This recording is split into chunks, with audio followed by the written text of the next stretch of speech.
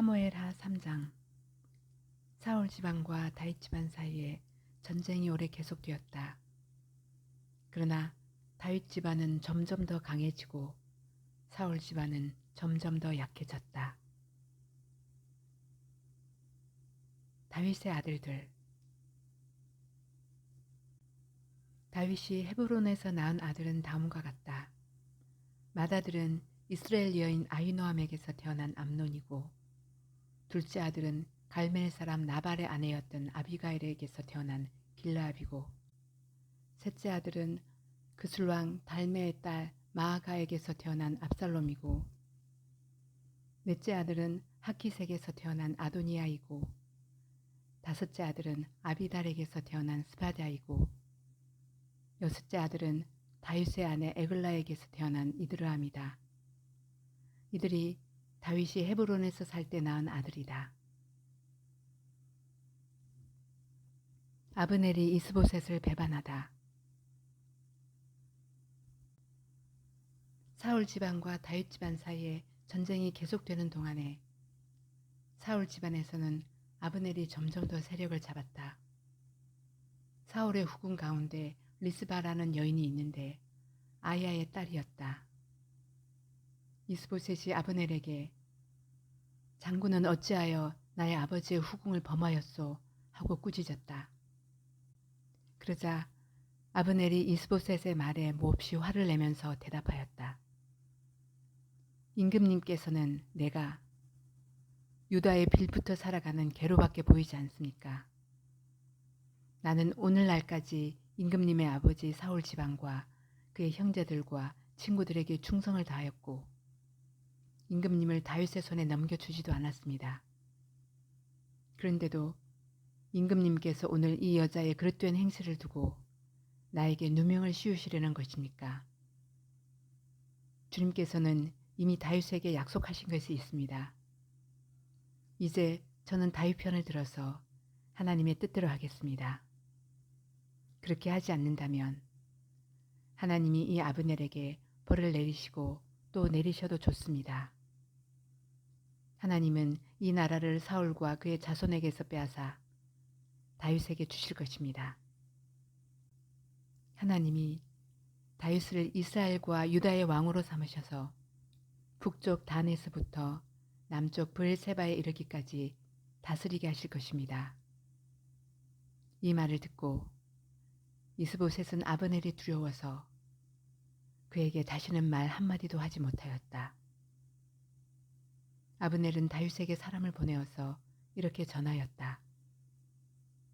이 나라가 누구의 것입니까? 그러니 임금님이 저와 언약만 세우시면 내가 임금님의 편이 되어서 온 이스라엘이 임금님에게 돌아가도록 하겠습니다. 다윗이 대답하였다. 좋소. 내가 장군과 언약을 세우겠소. 그런데 나는 장군에게 한 가지만 요구하겠소. 그대는 나를 만나러 올 때에 사울의 딸 미갈을 데리고 오시오. 그렇지 않으면 내 얼굴을 볼 생각을 하지 마시오. 그런 다음에 다윗은 사울의 아들 이스보셋에게 사람을 보내어서 이렇게 전하였다. 나의 아내 미갈을 돌려주시오. 미갈은 내가 블레셋 사람의 포피 100개를 바치고 맞은 아내요. 그러자 이스보셋이 사람을 보내어서 미갈을 그의 남편인 라이스의 아들 발디엘에게서 빼앗아 오도록 하였다. 그때 그 여인의 남편은 계속 울면서 바후림까지 자기 아내를 따라왔는데 아브넬이 그에게 당신은 그만 돌아가시오 하고 말하니 그가 돌아갔다. 아브넬이 이스라엘의 장로들과 상의하였다. 여러분은 이미 전부터 다윗을 여러분의 왕으로 모시려고 애를 썼습니다. 이제 기회가 왔습니다. 주님께서 이미 다윗을 두고 내가 나의 종 다윗을 시켜서 나의 백성 이스라엘을 블레셋 사람의 지배와 모든 원수의 지배에서 구하여 내겠다 하고 약속하여 주셨기 때문입니다. 아브넬은 베냐민 사람들과도 상의한 뒤에 이스라엘과 베냐민 사람 전체가 한데 모은 뜻을 다윗에게 전하려고 헤브론으로 떠났다. 아브넬이 부하 20명을 거느리고 헤브론에 이르러서 다윗을 찾아가니 다윗이 아브넬과 그를 따라온 사람들에게 잔치를 베풀었다. 잔치가 끝나자 아브넬이 다윗에게 말하였다. 이제 그만 일어나 가서 온 이스라엘을 높으신 임금님 앞에 모아놓고서 임금님과 언약을 세우게 하겠습니다. 그러면 임금님이 원하시는 어느 곳에서나 원하시는 대로 왕이 되셔서 다스릴 수 있습니다. 다윗이 아브넬을 떠나보내니 그가 평안히 떠나갔다. 아브넬이 살해되다. 그때 다윗의 부하들이 요압을 따라 습격하러 나갔다가 많은 노력물을 가지고 돌아왔다. 그러나 아브넬은 그때 다윗과 함께 헤브론에 있지 않았다. 다윗이 이미 그를 보내어서 그가 무사하게 그곳을 떠나갔기 때문이다. 요압이 함께 데리고 나갔던 군인을 모두 데리고 돌아오자 누군가가 그에게 알려주었다. 넬의 아들 아브넬이 임금님을 찾아왔는데 임금님이 그를 그냥 보내셔서 그가 무사하게 이곳을 떠나갔습니다. 이 말을 듣고 요압이 곧바로 왕에게로 가서 항의하였다. 임금님이 어찌하여 이렇게 하실 수 있습니까? 아브넬이 임금님께 왔는데 임금님은 어찌하여 그를 그냥 보내어서 가게 하셨습니까?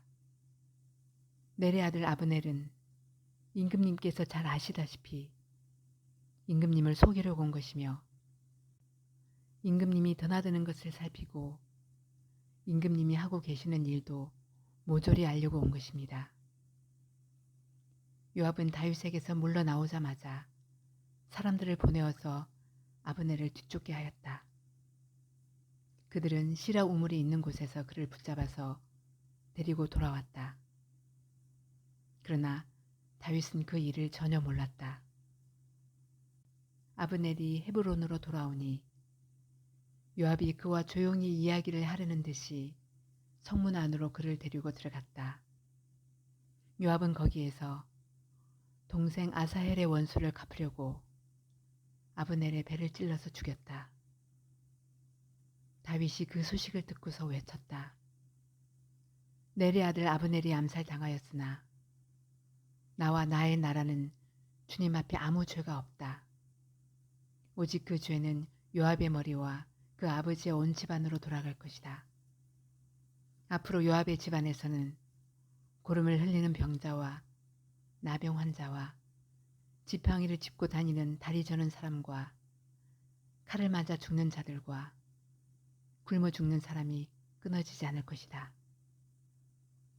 요압과 그의 동생 아비새가 아브넬을 죽인 것은 아브넬이 그들의 동생 아사헬을 기브온 전투에서 죽였기 때문이다.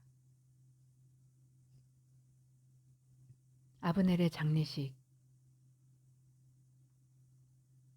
다윗은 요압을 비롯하여 자기와 함께 있는 온 백성에게 명령하였다.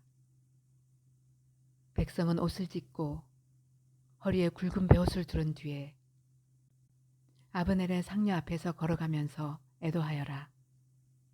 그리고 다윗 왕도 몸소 상녀를 뒤따라갔다.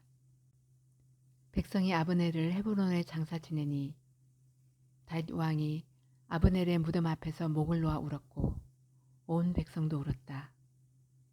다윗 왕은 아브넬을 두고 이렇게 조가를 지어 불렀다. 어찌하여 어리석은 사람이 죽듯이 그렇게 아브넬이 죽었는가? 그의 손이 묶이지도 않았고 발이 쇠고랑에 채이지도 않았는데 악한들에게 잡혀 죽듯이 그렇게 쓰러져 죽었는가? 그러자 온 백성이 아브넬의 죽음을 슬퍼하며 다시 한번 울었다. 날이 아직 채 저물지 않았을 때에 온 백성이 다윗에게 와서 음식을 들도록 권하니 다윗이 맹세하였다. 오늘 해가 지기 전에 내가 빵이나 그 어떤 것을 마시라도 보면 하나님이 나에게 어떤 벌을 내리셔도 마땅하다. 온 백성이 그것을 보고서 그 일을 좋게 여겼다. 다윗 왕이 무엇을 하든지 온 백성이 마음에 좋게 받아들였다. 그때야 비로소 넬의 아들 아브넬을 죽인 것이 왕에게서 비롯된 일이 아님을 온 백성과 온 이스라엘이 깨달아 알았다.